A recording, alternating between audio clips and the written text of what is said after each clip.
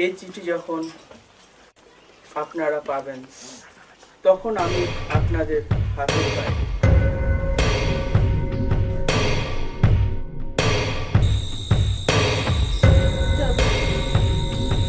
আমি পথে এলাম, যেতে বাধ্য হলাম।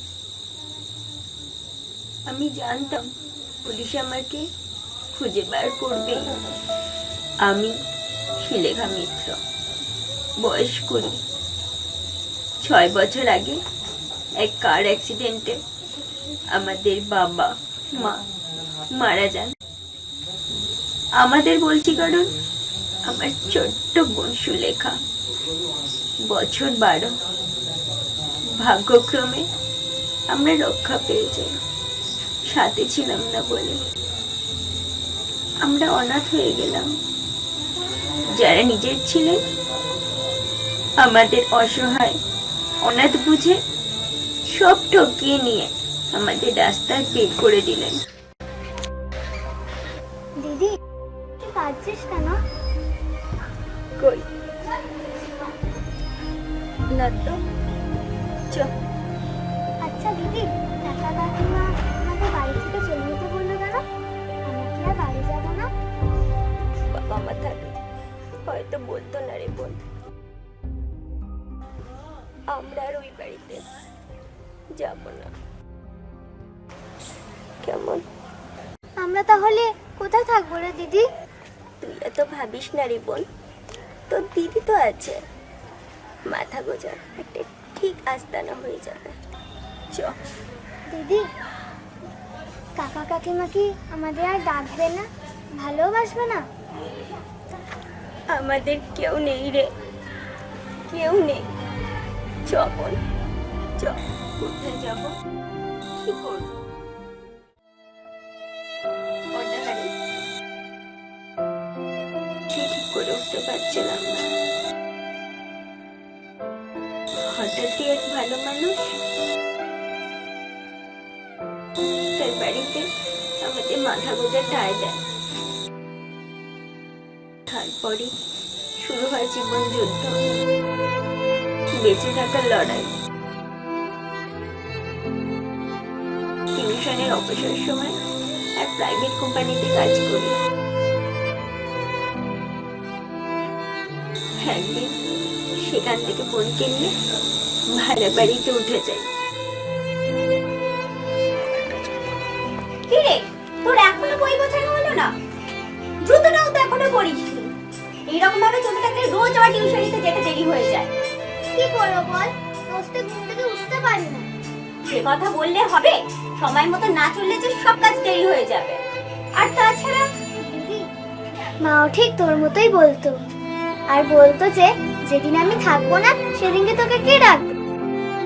দিদি, মা কি আর আসবে না?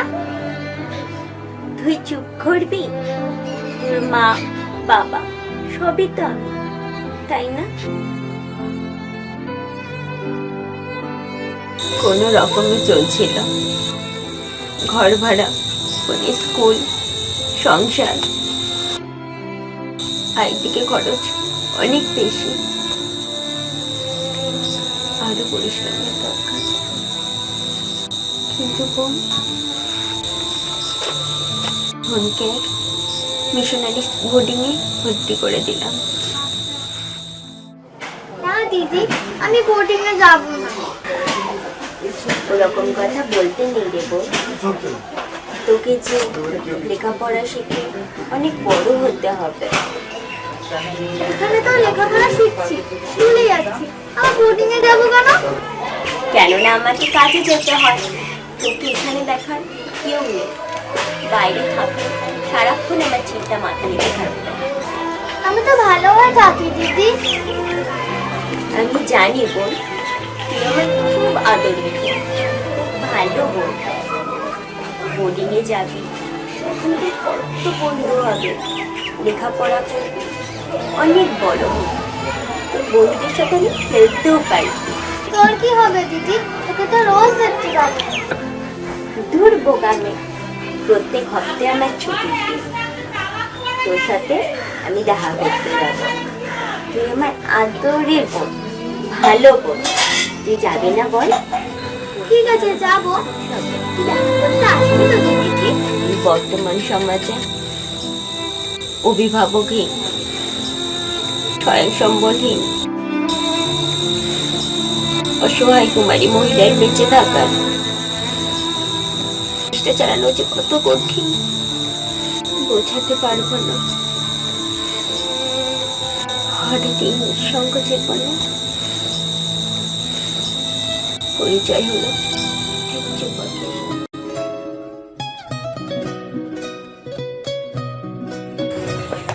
উফ, একটু দেখে যেতে পারেন না? ও সরি, আসলে আমি প্লিজ। ওকে, এবার থেকে একটুখানি রাস্তাটা দেখে চলবেন। হ্যাঁ, যদি একটু। কি কথা বলুন? আসলে এখানে তো প্রথম আসা, পদ্মপুরের মোড়টা কোথায় যদি বলতে পারেন। পদ্মপুর যাবেন? ওই দিকে সামনে 3 মিনিট হাঁটতে হবে, চৌরাস্তা পড়বে ওইটাই। ও মেনি থ্যাংকস। আসলে একটা ইন্টারভিউ দিতে যাচ্ছিলাম, আপনার সাথে এভাবে দেখা হয়ে যায়।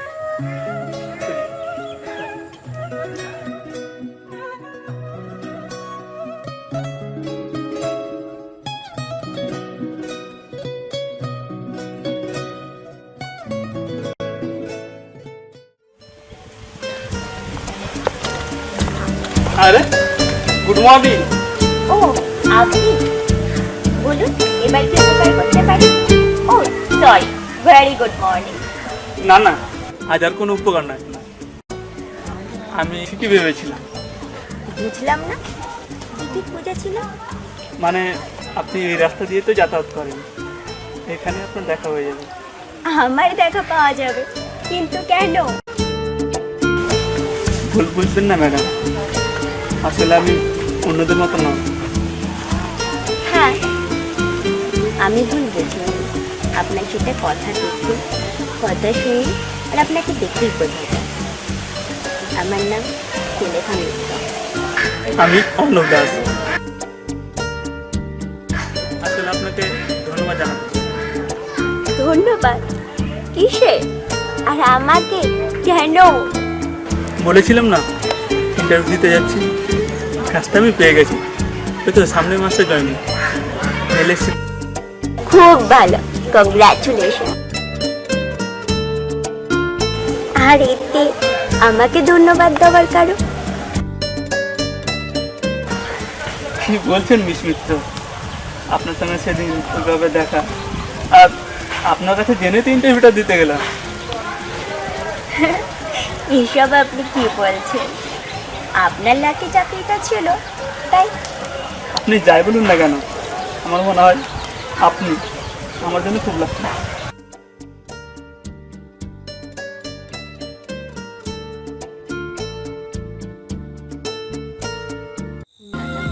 সে আমার সাথে দেখা করতো, ভালো লাগতো। ধীরে ধীরে যে কখন ওকে ভালোবাসতে শুরু করেছিলাম বুঝতেও পারিনি। এইভাবে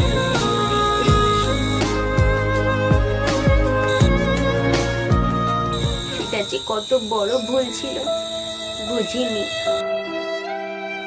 বুঝতেও পারিনি। আবেগের বশে কখন যে বাধা নিষেধে সীমা অতিক্রম লেখা দীঘা থেকে ঘুরে আসার পর তুমি কেমন চুপচাপ হয়ে গেছো, কি হয়েছে? বেড়াতে গিয়ে আমাদের একসাথে থাকাটা উচিত হয়। আমার খুব ভয় করছে। আরে বাবা, ভয়ের কি আছে? তুমি তো ভালোবাসি। আমি খুব ভালোবাসি অর্ণব। তুমি বুঝতে পারছো? তুমি আমায় ছেড়ে চলে যাবে না তো? তোমার কথা ঠিক বুঝতে পারছি না। চলে যাবো মানে?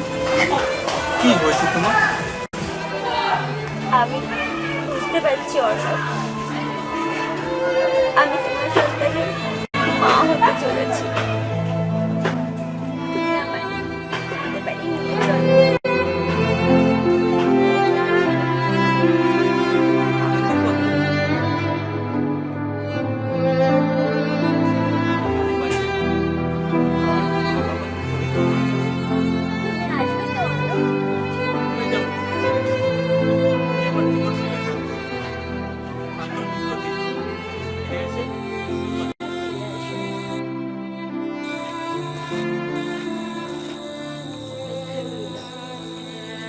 আসো আসো। বুঝতে পারছি না, আমি মা হতে চলেছি।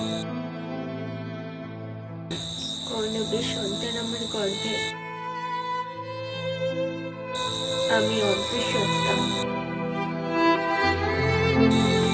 আমি ঠকেছি।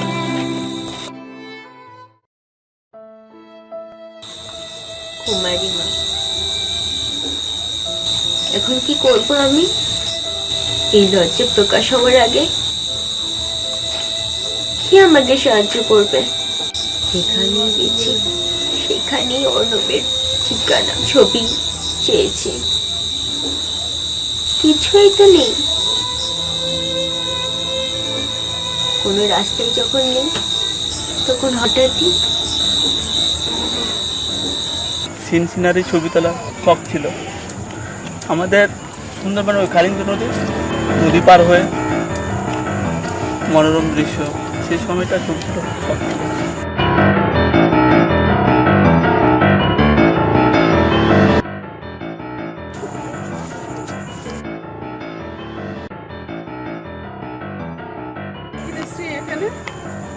মাসি, তুমি? এই তো আমার একটা ছাত্রী আসবে, এই জন্য এখানটায় দাঁড়িয়ে আছে। ও আমাদের বাড়ি? হ্যাঁ হ্যাঁ যাবো। মা চলো।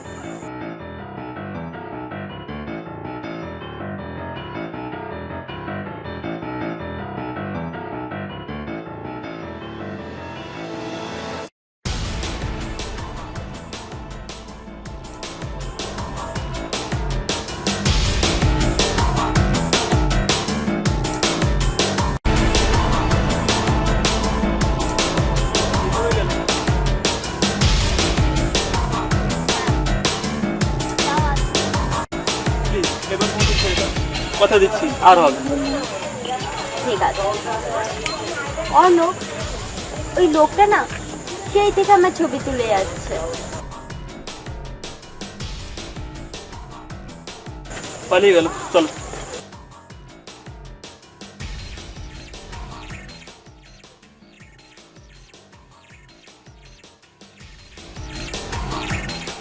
আমাকে খুঁজে বের করতেই হবে।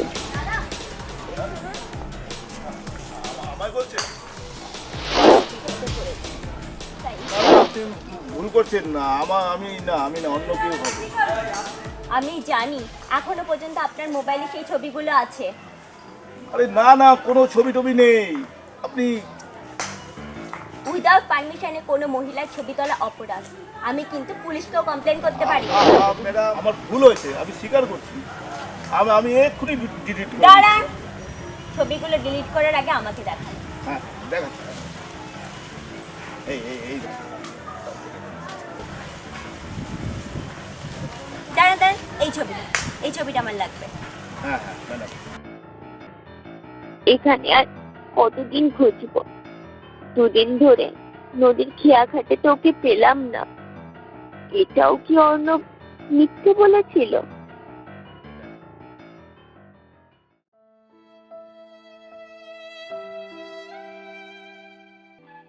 আশ্চর্য,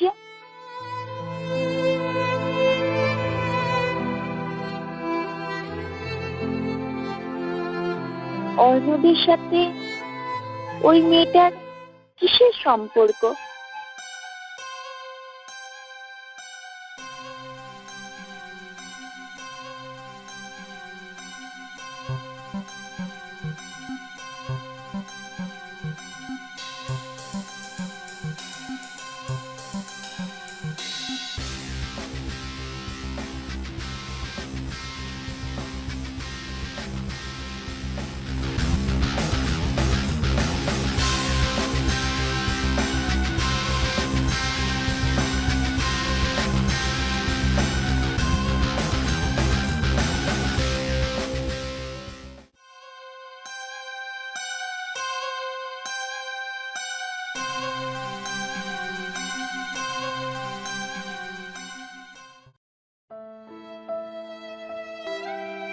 এই যে একটু শুনুন।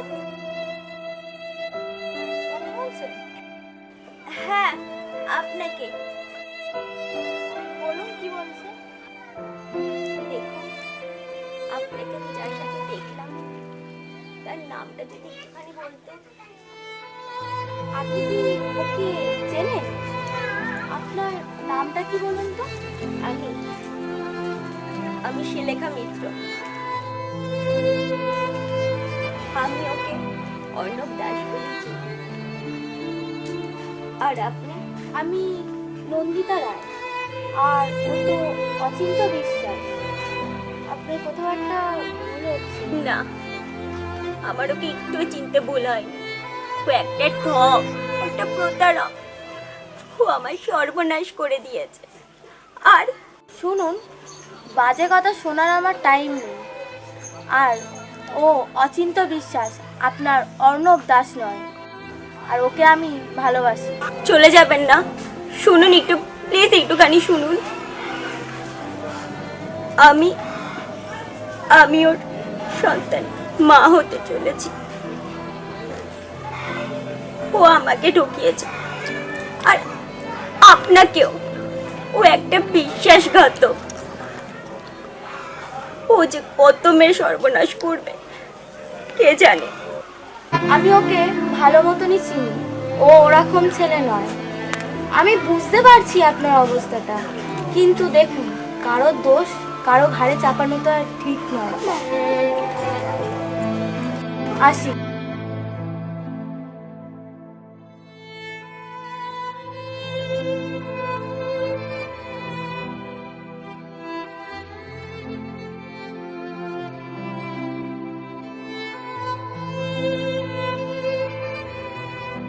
অচিন্ত, তুমি আমাকে সত্যি ভালোবাসো তো? নন্দিতা, হঠাৎ কথা তুমি আজও বলিনি যে আমি তোমায় ভালোবাসি। দেখো কি হলো। না, কত রকমই তো শুনতে পাই না।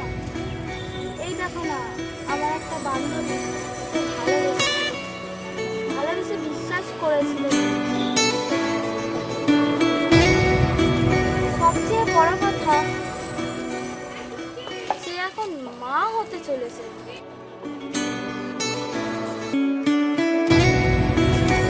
ও বুঝেছি, প্রাথমিক পালিয়েছে। আসলে সে না ছাত্রী ভালোবাসার অভিনয় করছিল। ছাত্রছুটি হতে সে পালিয়েছে। এইসব প্রেমিকদের না মেরে ফেলা উচিত। কি হলো? তুমি আমার উপর রাগ করেছো, তাই না? তুমি আমার জীবন, তুমি আমার ভালোবাসাকে অপমান করো না। আচ্ছা বাবা, ভুল হয়েছে, আর হবে না। কি বলতে ডেকেছ সেটা বলো। ভেবেছিলাম দুদিন কোথাও বেড়াতে যাবার প্রোগ্রাম করি, যাক মুডটাই খারাপ করে দিল। চলো ফিরতে হবে। এই বললাম তো সরি, আর কোনোদিন বলবো না। কোথায় যেতে চাও বলো, আমি তোমায় বিশ্বাস করি। ভেবেছিলাম দীঘা। সব কথা ছাড়ো, কবে যাচ্ছ সেটা বলো। বলছিলাম এই চলো না, না গেলে আমি জানবো তুমি আমার উপর রাগ করেছো। আমি ভীষণ কষ্ট পাবো। প্লিজ চলো, প্লিজ। ঠিক আছে।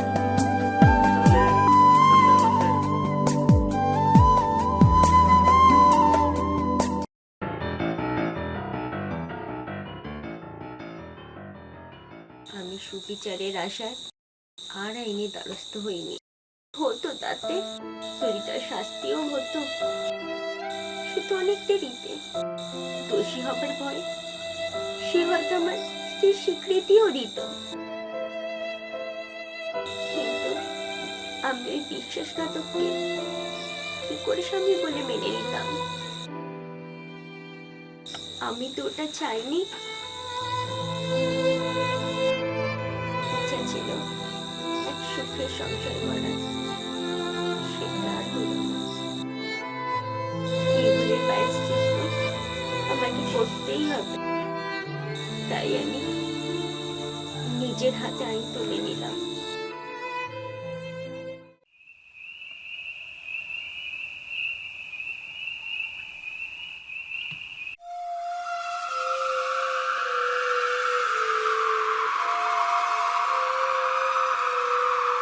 অর্ণব,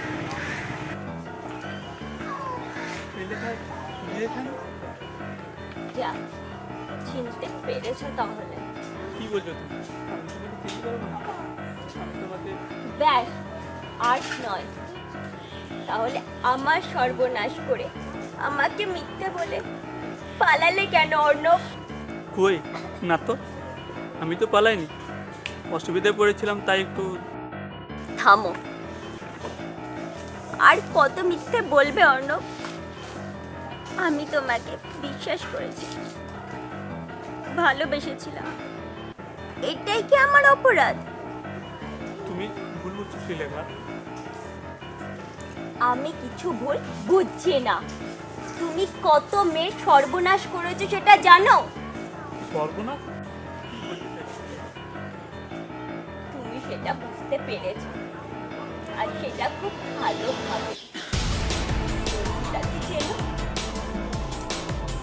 নতুন করে আর কোনো মেয়ের ক্ষতি করতে পারবে না, দিন পারবে না।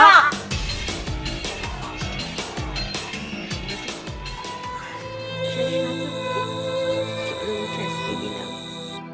কি স্বপ্ন ছিল, কি স্বপ্ন থেকে গেল।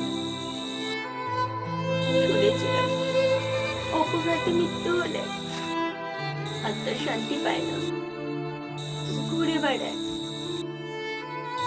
জানি না সেটা কতটা সত্যি।